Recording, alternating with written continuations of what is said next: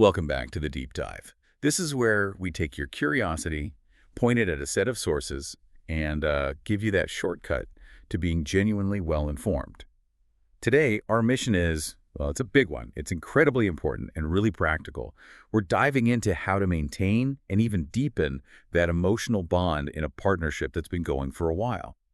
You asked for a deep dive on improving intimacy in long-term relationships. You want actionable knowledge. So we're going to figure out what that really has to look like. Exactly. And this deep dive is built around, well, a single very powerful prompt. It's the title of an article or maybe a resource, How to Improve Intimacy in Long-Term Relationships. And right there, that's where this gets really interesting for us today. I mean, this is arguably one of the richest, most human topics we could possibly cover. But for this specific deep dive, we only have the title. That's it. No article, no studies, no list of, 10 easy tips, just the prompt itself. Correct. So this becomes a conceptual deep dive.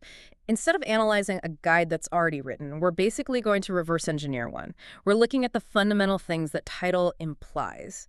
We are, in effect, creating the master outline, the absolute foundational pillars that any useful guide on this topic would have to include to actually work for you.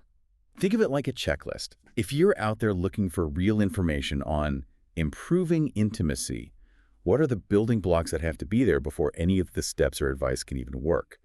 So let's jump in and start with the core idea itself. Let's unpack that central term, intimacy. If the whole point is to improve it, we first have to define it.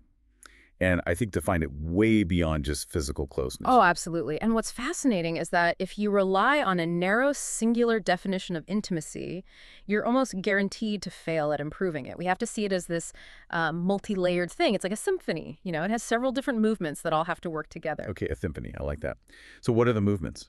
We can break it down into four main dimensions. First, the obvious one is physical intimacy. That's affection, touch, sexual connection, all of that. But just as vital is emotional intimacy. This is that shared safe space, the ability to talk about feelings, fears, vulnerabilities, and not fear judgment. And I feel like that's the one that's often the first to go when life just gets busy. Yeah. It's easier to keep a physical routine than it is to schedule real emotional risk-taking. That is a really powerful observation, and it leads right into the next one, intellectual intimacy. Okay, what does that mean? It's the connection you forge through shared ideas, through mutual respect for each other's values, even through a really good, respectful debate. It's the feeling that your partner actually sees and appreciates your mind. So it's not about agreeing on everything. Not at all. It's about engagement. And finally, there's the one that people often miss, which is experiential intimacy. This is the bond you build just by doing life together, building a shared history, getting through challenges, even just the small daily rituals like how you have coffee in the morning or figuring out a budget problem. So the immediate takeaway for you, the listener, is that if you're looking for advice to improve intimacy, you have to diagnose the problem first, and with precision. I mean, a relationship can be really strong in that experiential layer. You run a household, you have kids, you're a team, but have a huge deficit in the emotional sharing part. Precisely. If you're only focused on, say, scheduling more date nights, which is experiential, when the real issue is that you haven't been able to talk about difficult ideas in years, which is intellectual, Then it's just not going to work. your efforts will fall flat. The quality of the solution really depends on how accurately you diagnose which type of closeness needs the attention. That feels like the real shortcut here. Intimacy isn't just one score out of 10. It's like 4 different scores that all need individual attention. Absolutely. And when you neglect one of those dimensions, the entire system eventually feels the strain. It's a question of structural integrity. Okay, let's move on to the second part of our title, the context, long-term relationships. Why is improvement so necessary, specifically in this context? What is it about time itself that makes this an active problem? The long-term part is the whole reason a how-to guide is even necessary. I mean, think about it. In the beginning, in the honeymoon phase, intimacy is basically fueled by novelty, by dopamine, by the sheer effort of two people just trying to learn everything about each other. It's effortless almost. It feels that way. But the big shift happens when comfort sets in. When you go from spontaneous dates to managing logistics, mortgages, calendars, kids' schedules, work stress, that intense focus on connection naturally shifts to efficiency and routine. The insight there that's kind of shocking is that the very comfort we seek in a long-term relationship, that stability, is also what makes us complacent. We start to assume that just because we're familiar with someone, we understand them. And that complacency, what some relationship experts call conversational laziness, becomes the main enemy. You stop asking deep questions because you think you already know the answers. And that assumption, over time, just stars the connection. It starves the connection. Wow. So improvement becomes necessary because a long-term relationship demands a change in strategy. Intimacy has to shift from being this spontaneous event to becoming a sustainable skill set that you weave into the daily grind.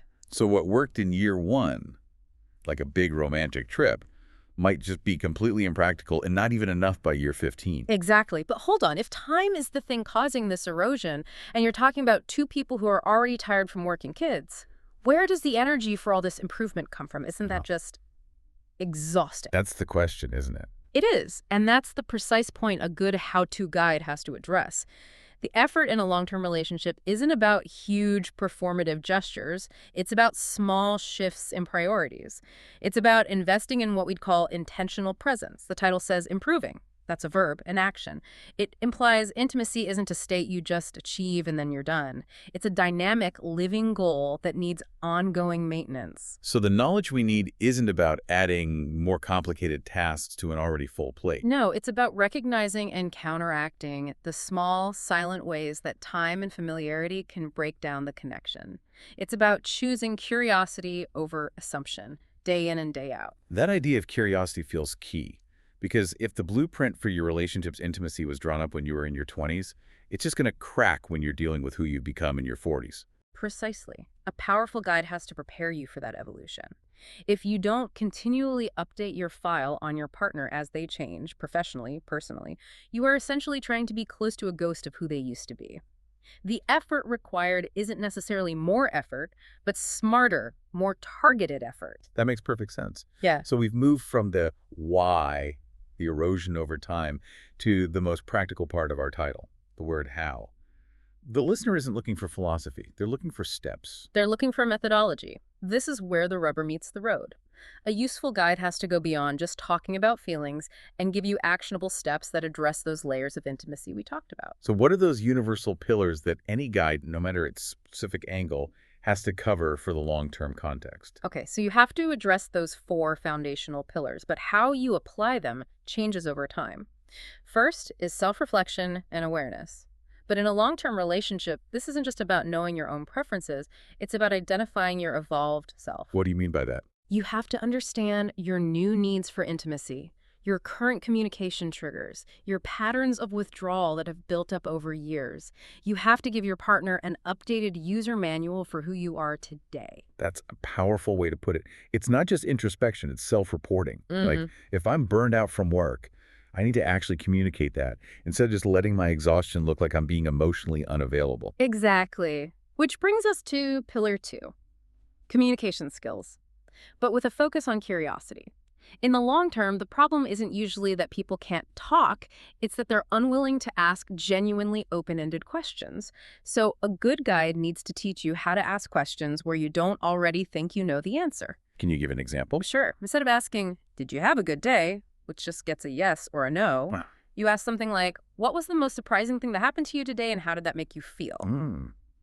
It's about fostering a state of continuous relearning. You're being a detective in your own home. That totally addresses that conversational laziness you mentioned. It does. The third pillar is quality time and intentional presence.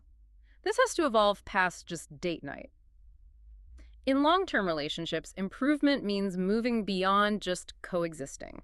You mean being in the same room but on different screens? Precisely. It's about creating these dedicated micro moments of focused mutual attention. It's the 2 minutes when you're both making dinner and you actually put down the knife, make eye contact, and share a real thought. It's about integrating connection into the functional, everyday parts of life. Those micro moments are the sustainable fuel source. That reframes the effort so well. It sounds less overwhelming than trying to plan a 3-day weekend. It's just about being present in the small moments you already share. And finally, the fourth pillar. This is the engine of emotional depth, mutual vulnerability. In the long term, vulnerability changes. It's not just about sharing secrets from your past, which happens early on. It's about sharing your present anxieties, your professional fears, maybe admitting where you feel like you're failing as a parent or a partner. So it's about the here and now. Yes. Improvement requires taking these small, consistent emotional risks. And, crucially, it has to be mutual. If one partner is always the one opening up and the other stays closed off, it's just not sustainable. Both people have to be active participants in the process. So the biggest takeaway from the how-to part is that this is a shared project. The hurdle isn't just finding the right technique, it's about both people summoning the will for that intentional effort across all those dimensions. So, wrapping this up, what does all this mean for you? Our deep dive into this one powerful title confirms that intimacy isn't something you achieve. It's a dynamic practice.